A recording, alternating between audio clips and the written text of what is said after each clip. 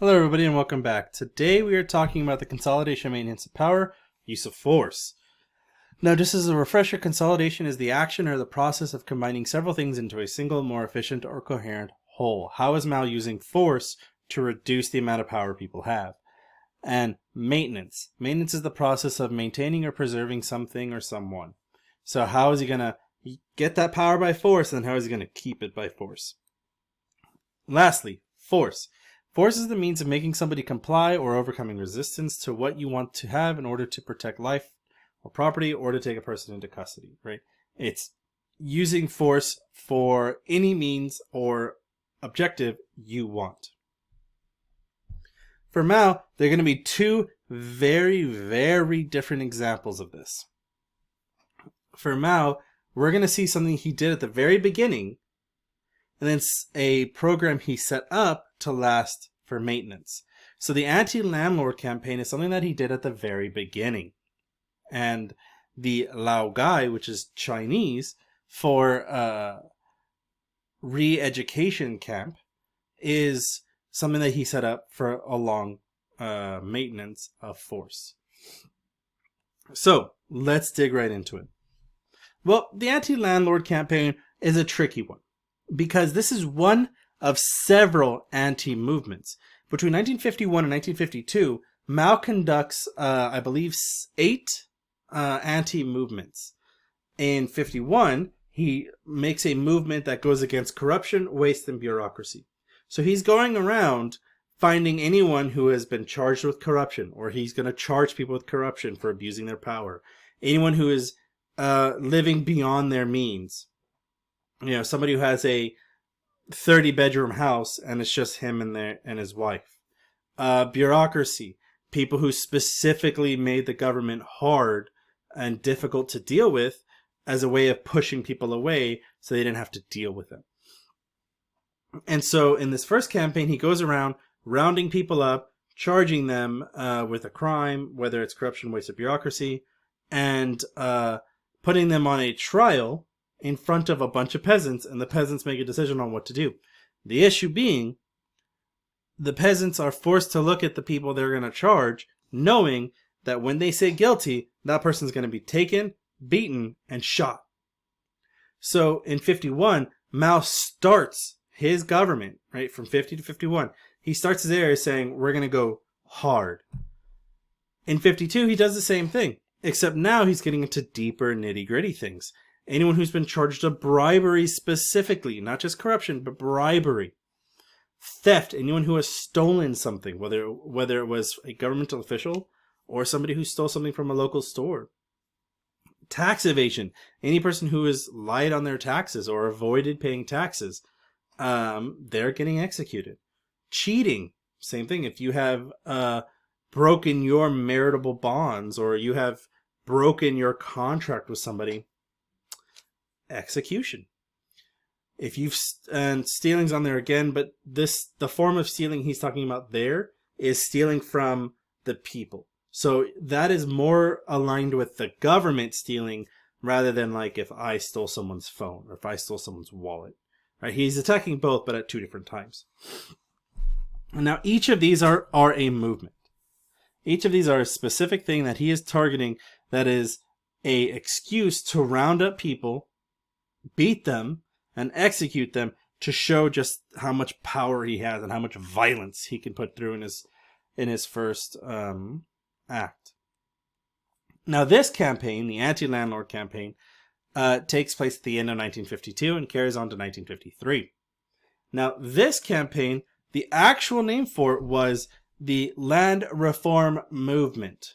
And he started looking at people from 1949 and rounding them up by 1953. So although the official start date for this event is 52, this is a good range for us to talk about, because between 49 and 53, Mao comes into power, has a list of names, grows his list of names, and then starts conducting the anti-movement to take out and eliminate the landlords. Now, because this event was one of the first events Mao did, it's really tricky to decide and figure out what exactly are the true numbers of this essentially a horrible event. Because what Mao is doing is, as you can see here, he gets a landlord, or he gets a person and puts them in front of a bunch of peasants, and the peasants come forward to say, yes, that person is a landlord. Yes, that person has stolen. Yes, that person has done X, Y, and Z. And from there, they're put on trial, publicly humiliated, beaten, and then executed. A great picture of this, I'm going to go back for a little bit, is this right here. This is a picture taken at an actual trial, where this man right here is a landlord who is being forced to kneel on stones, forced to kneel on painful things, while he is on trial, as peasants start calling him out. And if you notice right behind him, there's a man with a gun, because as soon as he's found guilty, he's executed. Now, how many people died from this campaign? It's really hard to say. There's an estimate that's as low as 200,000 and as high as 5 million within the first 3 years of him in power. Within the first 3 years of him in power, he has killed 5 million peasants and landlords. He has killed up to 5 million of his people. To put this into scope for you,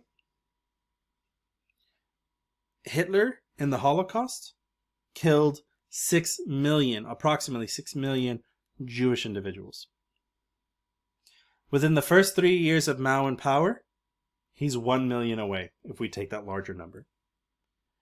Mao's force is fast, and it is unrelenting. He is targeting anyone and anyone he decides is time to be dealt with. And the people are loving this, because yes, it's intense. Yes, it's horrible. Yes, it's scary. But the people they're executing are the people who made their families suffer. The people who hurt them or damaged them. Or they were the neighbor that helped you when your wife was sick. It was a very weird dynamic. It was a very weird interengagement where if Mao's going to kill them, I better be happy about it. Otherwise, I might be there next. And if they didn't end up killed, they were sent to the Lao Guy, which is our next example. So, what is the Lao Guy? Well, the Lao Guy is short for Lao Dong Gao Zo, which essentially means reform through labor. These were camps that were set up for people who were charged with a crime, people who were charged with anything against the government. They were sent to these camps. And these things could be crime.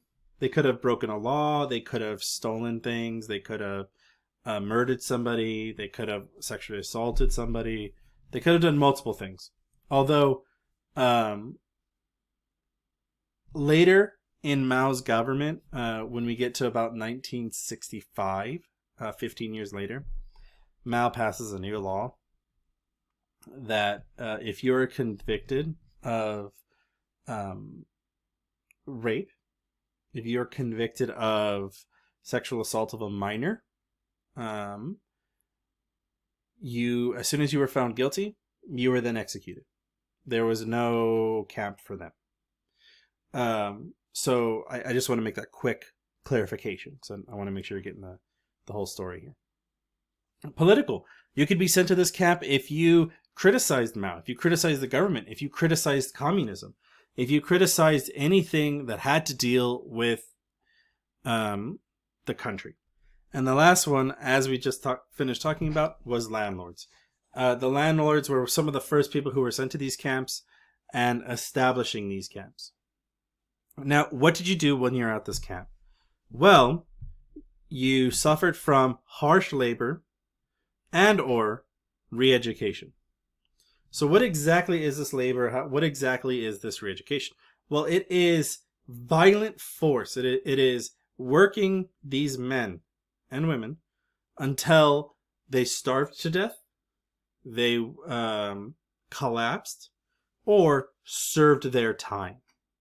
It was essentially a way for Mao to ensure that if one person speaks up in a family, I can send that person or that whole person's family, and that will send a message to anyone who tries to stand against me. You're going to be sent to this camp. And re-education for anyone who tries to speak out against the government. Well, then you're going to be forcibly taught why this is the best government. Now, these Lao Guys were legitimized in 1951 and kept going to this day.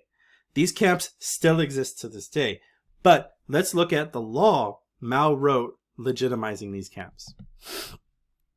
So right here we see the resolution of the issues of Lao Guy Prisoners in May 15th, 1951. The things I really want to focus on here is what the conditions were for these men and women. So currently, the number of the counter-revolutionary prisoners are a common criminal in custody throughout China exceeds 1 million. This is a large labor force, free slavery. In the hopes of reforming these criminals, of erasing the pressure placed on prisoners, and for not allowing sentenced prisoners to have a free lunch, we must abide by the principles of combining punishment and reformation together, adapting to the needs of building up the country, immediately developing a comprehensive plan, and organizing Lao Guy camps. All inmates have been given prison sentences, therefore they shall be served to participate. And it goes on to have a full list of anything and any crime that could put you on this list. Put you in this camp. That list is 30 crimes long. By 1954, it is 50 crimes.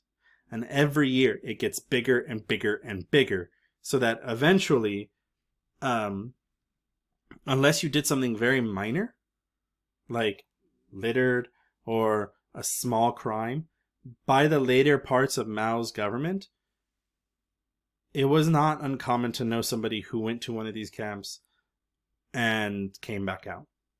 But it was very familiar for lots of people.